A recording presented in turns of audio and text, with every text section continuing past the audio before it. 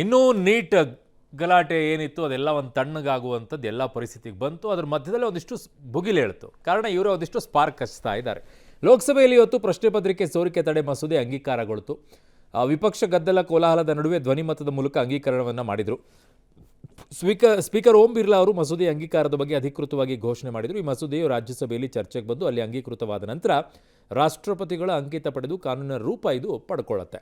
ಇದಕ್ಕೂ ಮುನ್ನ ಲೋಕಸಭೆಯಲ್ಲಿ ವಿಪಕ್ಷ ನಾಯಕ ರಾಹುಲ್ ಗಾಂಧಿ ಅವರು ಬಿಲ್ ಮೇಲೆ ಚರ್ಚೆಯ ವೇಳೆ ಇಡಿಯಟ್ ಬಳಸಿದ್ದು ಶಬ್ದವನ್ನು ಬಳಕೆ ಮಾಡಿದರು.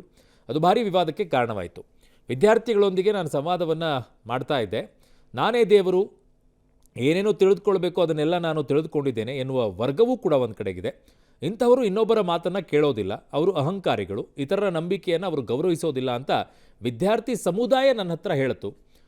ಇಂಥವರನ್ನು ನೀವೇನಂತ ಕರಿತೀರಿ ಅಂತ ನಾನು ಅವ್ರಿಗೆ ಮರುಪ್ರಶ್ನೆ ಹಾಕಿದೆ ವಿದ್ಯಾರ್ಥಿ ಬಳಿ. ಸೊ ಅದಕ್ಕೆ ವಿದ್ಯಾರ್ಥಿಗಳು ಹೇಳಿದರು, ಅವರನ್ನು ಮೂರ್ಖರು ಅಂತಂದರೆ ಇಡಿಯಟ್ ಅಂತ ಕರಿತೀವಿ ಅಂತ ಉತ್ತರ ಬಂತು. ಅದಕ್ಕೆ ಅಂಧಭಕ್ತರು ಅಂದರೆ ಇನ್ನೊಬ್ಬ ವ್ಯಕ್ತಿಯನ್ನು ದೇವರು ಅಂತ ಪರಿಗಣಿಸುವ ವ್ಯಕ್ತಿ ಅಂತ ಹೇಳಿದರು. ರಾಹುಲ್ ಬಳಸಿದ ಆಡಳಿತ ಪಕ್ಷದ ಸಿಟ್ಟಿಗೆ ಕಾರಣ ಆಯಿತು. ರಾಗ ಮಾತಿಗೆ ಆಕ್ಷೇಪ ಆಯಿತು. ಕಿರಣ್ ರಿಜಿಜು ಆಕ್ಷೇಪ ವ್ಯಕ್ತಪಡಿಸಿದರು. ಕಡತದಿಂದ ತೆಗೆದುಹಾಕಬೇಕು ಅಂತ ಆಗ್ರಹಿಸಿದರು. ರಾಜನಾಥ್ ಸಿಂಗ್ ಕೂಡ ಆ ರೀತಿಯ ಪದ ಬಳಸದಂತೆ ಮನವಿ ಮಾಡಿಕೊಂಡ್ರು. ಇನ್ನು ಸ್ಪೀಕರ್ ಬಿರ್ಲಾ ಅವರು ಕೂಡ ವಿಷಯದ ಮೇಲೆ ಚರ್ಚಿಸುವಂತೆ ಸೂಚಿಸಿದರು. ಅಸಂಸದೀಯ ಪದ ತೆಗೆದುಹಾಕುವಂತೆ ಹೇಳಿದರು. ನಾನು ಯಾರ ಹೆಸರನ್ನು ಉಲ್ಲೇಖಿಸಿಲ್ಲ, ಕೇವಲ ವಿದ್ಯಾರ್ಥಿಯ ವ್ಯಾಖ್ಯಾನವನ್ನಷ್ಟೇ ವಿವರಿಸಿದ್ದೇನೆ ಅಂತ ಸಮಜಾಯಿಸಿಯನ್ನು ರಾಹುಲ್ ಗಾಂಧಿ ಕೊಟ್ಟರು. ಆಮೇಲೆ ಭಾಷಣವನ್ನು ಮುಂದುವರಿಸಿ RSS ವಿರುದ್ಧ ವಾಗ್ದಾಳಿ ಮಾಡಿದರು. ಶಿಕ್ಷಣ ಸಚಿವಾಲಯವನ್ನು ನಡೆಸ್ತಾ ಇರೋದು ಸಚಿವರಲ್ಲ, RSS. ಯೂನಿವರ್ಸಿಟಿಗಳು ಅಂಧಭಕ್ತರನ್ನು ತಯಾರಿಸ್ತಾ ಇವೆ ಅಂತ ಕಿಡಿಕಾರಿದರು. ಇನ್ನು ವಿದ್ಯಾರ್ಥಿಗಳ ಪೈಲಟ್ಗನ್ನು ಲಾಠಿ ಚಾರ್ಜ್ಗೆ ಗೃಹ ಸಚಿವರ ಆದೇಶ ಇರಬೇಕು ಅಂತ ಗಂಭೀರ ಆರೋಪ ಮಾಡಿದರು. ಒಂದು ವೇಳೆ ಆದೇಶ ನೀಡಿಲ್ಲ ಅನ್ನೋದಾದರೆ ಸದನಕ್ಕೆ ಯಾಕೆ ಬರ್ತಾ ಇಲ್ಲ ಅವರು? ಅಮಿತ್ ಶಾ ವಿಚಾರದಲ್ಲಿ ಅವರಿಗೆ ಧೈರ್ಯ ಇಲ್ಲ ನನ್ನನ್ನು ಎದುರಿಸೋಕೆ, ಕಾರ್ನೊಳಗೆ ಕೂತ್ಬಿಟ್ಟಿದ್ದಾರೆ ಅಂತ ಅವ್ರು ಹೇಳ್ತಾರೆ. ನಡುಕ್ತಾ ಇದ್ರು ಅಂತ ಹೇಳಿದರು. ಸಚಿವ ಜಿತೇಂದ್ರ ಸಿಂಗ್ ವಿದ್ಯಾರ್ಥಿಗಳ ಮೇಲೆ ಅಶ್ರುವಾಯು ಮಾತ್ರ ಬಳಕೆಯಾಗಿದೆ, ಪೆಲೆಟ್ ಗನ್ ಬಳಸಿಲ್ಲ ಅಂತ ಸ್ಪಷ್ಟನೆ ಕೊಟ್ಟರು. ಇತರ ರಾಜ್ಯಸಭೆಯಲ್ಲಿ ವಂದೇ ಮಾತರಂ ಬಿಲ್ ಅಂಗೀಕಾರವಾಗಿದೆ. ಇನ್ನು ಮುಂದೆ ಜನಗಣ ಮನ ಸೇರಿದಂತೆ ವಂದೇ ಮಾತರಂ ಕೂಡ ರಾಷ್ಟ್ರಗೀತೆ ಸ್ಥಾನ ಸಿಗುತ್ತೆ. और फिर ये इडियट भी है, तो मैंने उससे पूछा एक बात बताओ, ये तीसरी कैटेगरी कहां जाती है? ये तीसरी कैटेगरी कहां जाती है? उसने कहा कौन सी तीसरी कैटेगरी? मैंने कहा अंधभक्त। इसको कहां डाला जाए?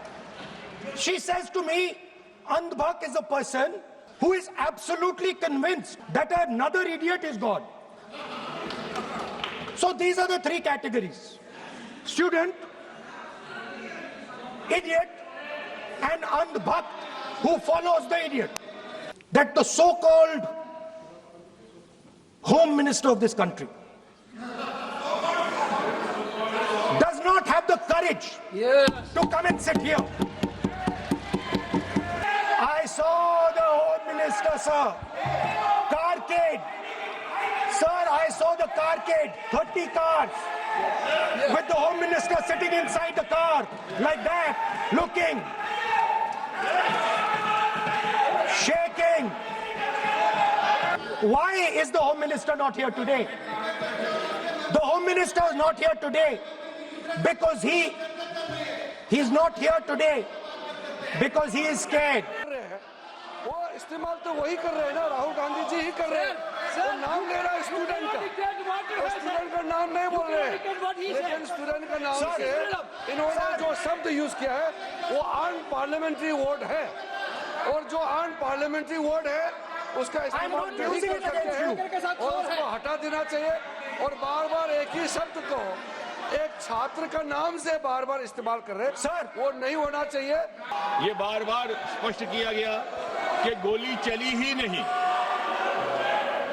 अश्रु गैस, टीयर गैस का इस्तेमाल हुआ, लेकिन जब गोली चली ही नहीं तो आदेश देने का सवाल ही नहीं पैदा होता, और आदेश देने का अधिकार मैजिस्ट्रेट। ಸಾಂಪ್ರದಾಯಿಕ ರೆಸಿಪಿ, ಮತ್ತಷ್ಟು ಬೇಕೆನಿಸುವ ರುಚಿ. ಕೋಡುಬಳೆ ಅಂದ್ರೆ ಅಡುಕಲೆ. ಇಲ್ಲ, ಇವತ್ತವರು ನೇರವಾಗಿ ಹೇಳಿದ್ದು ಪ್ರಧಾನಿಗಳಿಗೆ ಹೇಳ್ದಂಗಿತ್ತು. ಅದು ವಿದ್ಯಾರ್ಥಿಗಳು ಇಡಿಯೇಟು, ಅಂಧಭಕ್ತರು ಹೂ ಫಾಲೋಸ್ ಇಡಿಯೇಟ್ ಅಂತ ಹೇಳಿ ಅಂತ ಅನಿಸ್ತಪ್ಪ. ಗೊತ್ತಿಲ್ಲ, ಅದಿಲ್ಲ ಅಂತಂದ್ರೆ ಕ್ಲಾರಿಫೈ ಮಾಡಿ. ಬಟ್ ಯಾರು ಯಾರನ್ನು ಫಾಲೋ ಮಾಡ್ತಾರೋ ಅವರೆಲ್ಲ ಇಡಿಯೇಟ್ಗಳು ಅನ್ನೋದಾದರೆ, ನೆಹರು ಅವ್ರನ್ನ ಫಾಲೋ ಮಾಡಿದವ್ರು ಯಾರು? ಅವರು ಇಡಿಯೇಟ್ಗಳ? ಇಂದಿರಾ ಗಾಂಧಿ ಅವ್ರನ್ನ ಫಾಲೋ ಮಾಡಿದವ್ರು ಯಾರು? ಅವರು ಇಡಿಯೇಟ್ಗಳ? ಸೋನಿಯಾ ಗಾಂಧಿ ಅವ್ರನ್ನ ಫಾಲೋ ಮಾಡಿದವ್ರು ಯಾರು? ಅವರು ಇಡಿಯಟ್ಗಳ? ರಾಹುಲ್ ಗಾಂಧಿ ಅವ್ರನ್ನ ಫಾಲೋ ಮಾಡ್ತಾ ಇರೋರು ಇಡಿಯಟ್ಗಳ? ಇಲ್ಲಿ ಸಿದ್ದರಾಮಯ್ಯನವ್ರನ್ನ ಫಾಲೋ ಮಾಡ್ತಾ ಇದ್ರಲ್ಲ ಅವರು ಇಡಿಯಟ್ಗಳ? ಡಿ ಕೆ ಶಿವಕುಮಾರನ್ನ ಫಾಲೋ ಮಾಡ್ತಾರಲ್ಲ ಅವರು ಇಡಿಯಟ್ಗಳ? ಯಾರೋ ಒಬ್ಬರನ್ನ ಫಾಲೋ ಮಾಡ್ತಾ ಇದ್ರೆ ಅವರು ಇಡಿಯಟ್ಗಳಂತ ಕಾಣಿಸ್ಕೋಬೇಕಾ? ಏನು ಹೇಳ್ತೀರಾ? ಅಂಧಭಕ್ತರು. ಏನು ಅಂಧಭಕ್ತರು? ಕಾಣದೇ ಇರುವಂಥ ದೇವರನ್ನು ಎಲ್ಲರೂ ಪೂಜಿಸ್ತಾರೆ. ನಮ್ಮಲ್ಲಿ ದೇವರಿದ್ದಾರೆ, ನಿಮ್ಮಲ್ಲಿ ದೇವರಿದ್ದಾರೆ ಅಂತ ಹೇಳ್ಕೊಳ್ತಾರೆ. ಮುಸ್ಲಿಮರು ಪೂಜೆ ಮಾಡ್ತಾರೆ, ಅವರು ಅಲ್ಲ ಇದ್ದಾನಂತ ನಂಬ್ತಾರೆ, ಅವರು ಅಂಧಭಕ್ತರ? ಹಿಂದೂಗಳು ದೇವರಿದ್ದಾರೆ ಅಂತೇಳಿ ಮೂರ್ತಿಯಲ್ಲಿ ಕೈ ಮುಕ್ಕೊಂಡು ಕೇಳ್ತೀವಿ, ಅದು ಅಂಧಭಕ್ತರ? ಯಾವುದನ್ನು ಹೇಗೆ ಯಾವ ರೀತಿಯಾಗಿ ಹೇಳಬೇಕು? ಇಡಿಯಟ್ಗಳಂತ ಯಾಕೆ ಪದ ಬಳಕೆ? ಮೂರ್ಖರು ಹೇಗಾಗ್ತಾರೆ? ಮೂರ್ಖರು ಹೇಗಾಗ್ತಾರೆ? ಅವ್ರ ಹತ್ರ ಏನೋ ಒಂದು ಕ್ವಾಲಿಟಿಯನ್ನು ನೋಡ್ಕೊಂಡಿರ್ತಾರೆ, ಆ ಕ್ವಾಲಿಟಿ ಅವ್ರಿಗೆ ಇಷ್ಟ ಆಗುತ್ತೆ, ಅವ್ರನ್ನ ಫಾಲೋ ಮಾಡ್ಕೊಂಡು ಹೋಗ್ತಾರೆ. ಅವರನ್ನು ಮೂರ್ಖರು ಅಂತ ಹೇಗೆ ಕರಿತೀರಾ ನೀವು? ಹೇಗೆ ಕರಿತೀರಾ? ರಾಹುಲ್ ಗಾಂಧಿ ಅವ್ರನ್ನೇ ತುಂಬ ಜನ ಇಷ್ಟಪಡ್ತಾರಪ್ಪ. ಅವ್ರು ವಿದೇಶದಲ್ಲಿ ಹೋಗಿ ನಮ್ಮ ದೇಶದ ಬಗ್ಗೆ ಏನೇ ಮಾತಾಡಿದ್ರು ಕೂಡ ಇಲ್ಲ ರಾಹುಲ್ ಗಾಂಧಿ ಅವ್ರು ಕರೆಕ್ಟಾಗಿ ಹೇಳಿದ್ದಾರೆ ಅಂತ ಹೇಳೋರಿಲ್ವಾ? ಅವ್ರು ಹೇಳಿದ್ದೇ ಸರಿ ಅನ್ನೋರಿಲ್ವಾ? ಅವರು ಇಡಿಯಟ್ ಆಗಿದ್ರೆ ಅವರು ಅಂಧಭಕ್ತರ? ಏನು ಯಾವ ರೀತಿಯಲ್ಲಿ ಮಾತಾಡ್ತೀರಿ? ಎಲ್ಲರಿಗೂ ಒಬ್ಬೊಬ್ಬರು ಒಂದೊಂದು ರೀತಿಯಾಗಿ ಫಾಲೋ ಮಾಡ್ತಾನೆ ಇರ್ತಾರೆ. ಎಲ್ಲರೂ ಒಂದೊಂದು ರೀತಿಯಾಗಿ ಫಾಲೋ ಮಾಡ್ತಾರೆ. ರಾಹುಲ್ ಗಾಂಧಿ ಅವ್ರಿಗೆ ಫಾಲೋವರ್ಸ್ ಇಲ್ವಾ? ಡಿ ಕೆ ಶಿವಕುಮಾರ್ ಅವ್ರಿಗೆ ಫಾಲೋವರ್ಸ್ ಇಲ್ವಾ? ಸಿದ್ದರಾಮಯ್ಯವ್ರಿಗೆ ಫಾಲೋವರ್ಸ್ ಇಲ್ವಾ? ಇಂದಿರಾ ಗಾಂಧಿ ಅವ್ರಿಗಿರ್ಲಿಲ್ವಾ? ನೆಹರು ಅವ್ರಿಗಿರ್ಲಿಲ್ವಾ? ಹೆಂಗೆ ಕಂಪೇರ್ ಮಾಡ್ಕೊಳ್ತಿರೋ? ಆಮೇಲೆ ಆ ಶಬ್ದವನ್ನು ಬಳಕೆ ಮಾಡ್ಕೊಂಡು ನಾನೇನೋ ಹೇಳಿಬಿಡ್ತಾ ಇದ್ದೀನಿ ಅಂತಿರೋ, ಅದರಿಂದ ಏನು ಸಿಗುತ್ತೆ ಅಂತ ನನಗೆ ಅರ್ಥ ಆಗೋದಿಲ್ಲ. ಆಮೇಲೆ ನೀವು ಹೇಳೋದ್ರಿಂದಾಗಿ ಆ ಅಂಧಭಕ್ತರು ಏನಾದರೂ ದೂರ ಆಗ್ತಾರಾ? ಆ ಇಡಿಯಟ್ಸ್ಗಳು ನಿಮ್ಮನ್ನು ಬಿಡ್ತಾರಾ? ಅವರನ್ನು ಬಿಡ್ತಾರಾ? ಬಿಡಲ್ವಲ್ಲ. ಓಕೆ, ಇನ್ನು ಲೋಕಸಭೆಯಲ್ಲಿ ಅಮಿತ್ ಶಾ ವಿರುದ್ಧ ಗಂಭೀರ ಆರೋಪ ಮಾಡಿದ್ದ ರಾಹುಲ್ ಗಾಂಧಿ ಬಳಿಕ ಸುದ್ದಿಗೋಷ್ಠಿ ಕೂಡ ನಡೆಸಿ ಲಾಠಿ ಚಾರ್ಜ್, ಪೆಲೆಟ್ ಗನ್ ಬಳಕೆಗೆ ಗೃಹ ಇಲಾಖೆಯೇ ಕಾರಣ ಅಂತ ಪುನರುಚ್ಚರಿಸಿದ್ದಾರೆ. ಅಲ್ಲದೆ ಅಮಿತ್ ಶಾ ರಾಜೀನಾಮೆಗೆ ಆಗ್ರಹಿಸಿದ್ದಾರೆ. ದಮನಕಾರಿ ಕ್ರಮಕ್ಕೆ ಗೃಹ ಸಚಿವರೇ ನೇರವಾಗಿ ಆದೇಶ ನೀಡಿದ್ರು ಅಂತ ಆರೋಪಿಸಿದ್ದಾರೆ. ಅಲ್ಲದೆ ನನ್ನ ಆರೋಪಿಗಳಿಗೆ ಕ್ಷಮೆ ಯಾಚಿಸಲ್ಲ ಅಂತ ಹೇಳಿದ್ದಾರೆ. ಹರಿಯಾಣ, ಉತ್ತರ ಪ್ರದೇಶದ ಪೊಲೀಸರು ಹಾಗೂ ಸ್ವಯಂ ಸೇವಕರನ್ನ ಬಳಸಿ ವಿದ್ಯಾರ್ಥಿಗಳನ್ನು ಥಳಿಸಿದ್ದಾರೆ. ಶಾಂತಿಯುತವಾಗಿ ಪ್ರತಿಭಟನೆ ನಡೆಸ್ತಾ ಇದ್ದ ವಿದ್ಯಾರ್ಥಿಗಳ ಪೆಲೆಟ್ ಗನ್ ಬಳಸಿದ್ದಾರೆ.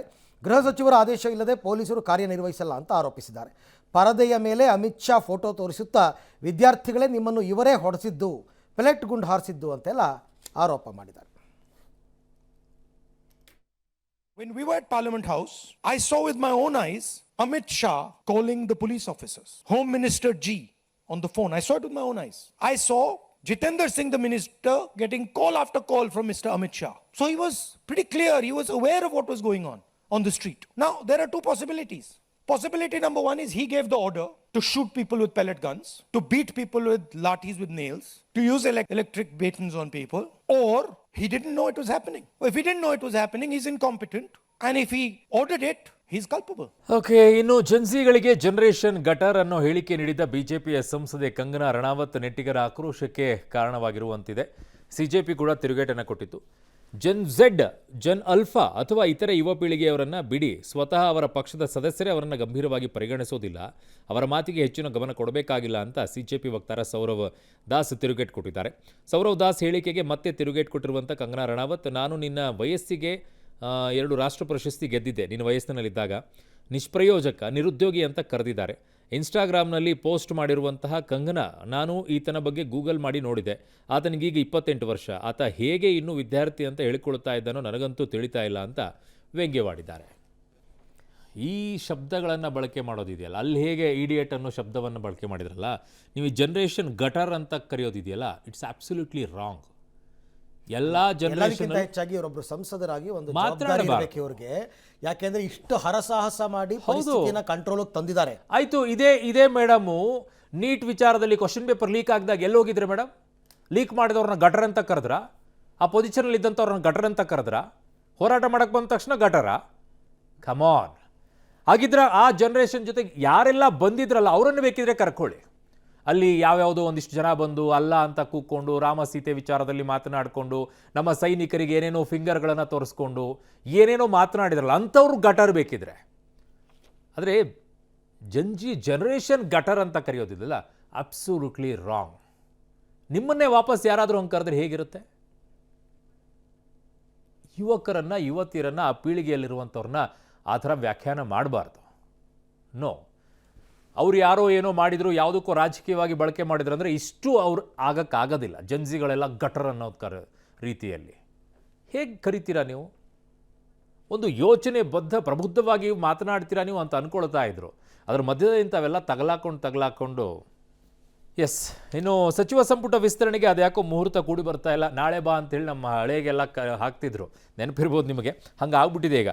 ಒಂದಲ್ಲ ಒಂದು ಕಾರಣಕ್ಕೆ ಹೈಕಮಾಂಡ್ ನಾಯಕರ ಜೊತೆಗೆ ಸಭೆ ಮುಂದೂಡಿಕೆ ಆಗ್ತಾನೆ ಇದೆ. ಕಳೆದ 3 ದಿನಗಳಿಂದ ದೆಹಲಿಯಲ್ಲಿ ಠಿಕಾಣಿ ಹೊಡ್ಬಿಟ್ಟಿದ್ದಾರೆ. ಪಾಪ ಡಿ ಕೆ ಶಿವಕುಮಾರ್ಗಂತೂ ಸಾಕಾಗೋಗ್ಬಿಟ್ಟಿದೆ. ಎಐಸಿ ಅಧ್ಯಕ್ಷ ಮಲ್ಲಿಕಾರ್ಜುನ್ ಖರ್ಗೆ ಹಾಗೂ ರಾಹುಲ್ ಗಾಂಧಿ ಅವ್ರನ್ನ ಭೇಟಿಗೆ ಪ್ರಯತ್ನ ಮಾಡ್ತಾನೆ ಇದ್ದಾರೆ. ಈವರೆಗೂ ವರಿಷ್ಠರು ಮಾತ್ರ ಸಮಯನೇ ಕೊಡ್ತಾ ಇಲ್ಲ. ನಿನ್ನೆಯಷ್ಟೇ ಸಂಘಟನಾ ಪ್ರಧಾನ ಕಾರ್ಯದರ್ಶಿ KC ವೇಣುಗೋಪಾಲ್ ನಿವಾಸದಲ್ಲಿ ಸಭೆಯಲ್ಲಾಗಿತ್ತು. ಬಟ್ ಆ ಸಭೆಯಲ್ಲೂ ಯಾವುದೇ ರೀತಿಯಾಗಿ ಏನೂ ಆಗಲಿಲ್ಲ. ಸೊ ನಾಳೆಗೆ ಈಗ ಇವತ್ತು ಸುದ್ದಿಗೋಷ್ಠಿ ಮಾಡ್ಬಿಟ್ರಲ್ಲ ಪಾಪ ರಾಹುಲ್ ಗಾಂಧಿ ಅವರು. ಒಂಚೂರು ಸ್ವಲ್ಪ ಟಯರ್ಡ್ ಆದರೂ ಏನಾದರೂ ಗೊತ್ತಾಗಲಿ, ಅಥವಾ ಅದರಲ್ಲಿ ಬ್ಯುಸಿ ಆದ್ರೇನೋ ನಾಳೆಗೆ ಸಭೆಯನ್ನು ಮುಂದೂಡಿಕೆಯನ್ನು ಮಾಡಿದ್ದಾರೆ. ಈಗ ಪಾಪ ಕೆಲವರು ಬೇಸರ ಆಗಿಬಿಟ್ಟು ವಾಪಸ್ ಬೆಂಗಳೂರು ಕಡೆಗೆ ಮುಖ ಮಾಡಿದಾರಂತೆ ಶಾಸಕರು. ಇದೇನಾಗಲ್ಲ ಬಿಡು ಅಂತ ಹೇಳಿ. ಎಲ್ಲ ಡಿಸ್ಕಷನ್ ಮಾಡಿದ್ದೀವಿ.